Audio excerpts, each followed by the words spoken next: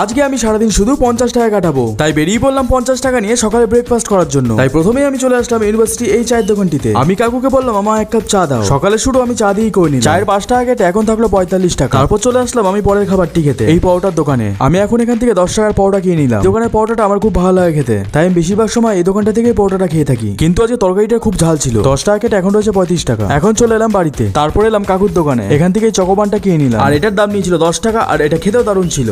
তারপর দুপুর 2টো বাজলে চলে আসলাম দুপুরে লাঞ্চটা করার জন্য। তারপরে মাখার দোকানটি থেকে আমি 15 টাকার বেল মাখা কিনে নিলাম। এবার চলো খেয়ে দেখা যাক। খেতেও কিন্তু খুব ভালো ছিল। 15 টাকার মাখা কেনার পর এখন আমার কাছে পড়ে এলো 10 টাকা। এরপর রাতে বেরিয়ে পড়লাম পরের খাবারটি খাওয়ার জন্য। এই চপের দোকানটি থেকে আমি একটা ফুলুরি কিনে নিলাম। চলো এবার খেয়ে দেখা যাক। 4 টাকা হিসেবে ফুলুরিটা ভালো ছিল খেতে। এরপর পড়ে রইলো আমার কাছে আর 6 টাকা। চলে আসলাম একটা চিপসের দোকানে চিপস কিনতে। 5 টাকা দিয়ে চিপসটা কিনে চিপসটা আমি খেয়ে নিলাম। এখন পড়ে রইলো আর 1 টাকা। আর সেই 1 টাকা দিয়ে হাজবোলা কিনে খেয়ে আমি আজকের চ্যালেঞ্জটা শেষ করলাম। তোমরা এরকম আরো ভিডিও দেখার জন্য চ্যানেলটা সাবস্ক্রাইব করে নাও।